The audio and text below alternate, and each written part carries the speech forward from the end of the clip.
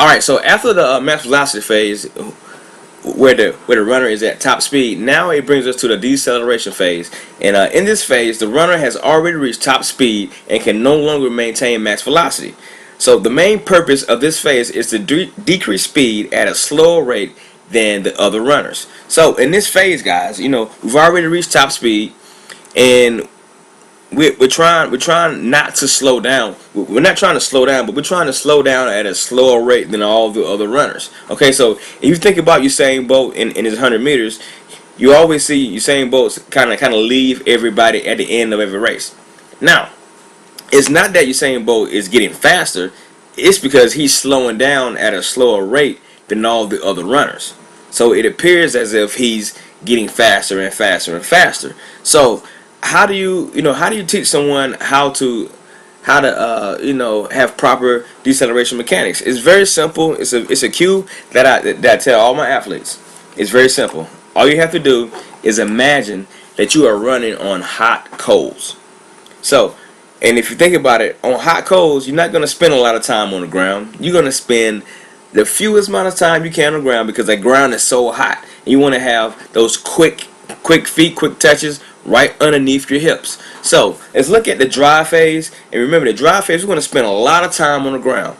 And with each step, as we pick our speed up, our feet going to spend less time on the ground as we get faster and faster. So once you reach max velocity, you're going to be spending less amount of time on the ground than you were in the dry phase. Because in the dry phase, you're taking your body from non-moving, and you're trying to get it to move, so it takes a lot of force. But as the body moves already, you don't have to push as hard because your body's already moving, and your actual body weight is lighter because it's already moving.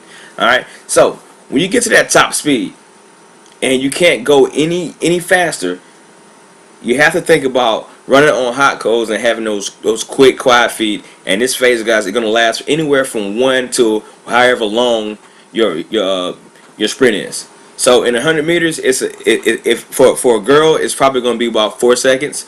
For a guy, it should be about 1 to 2 seconds.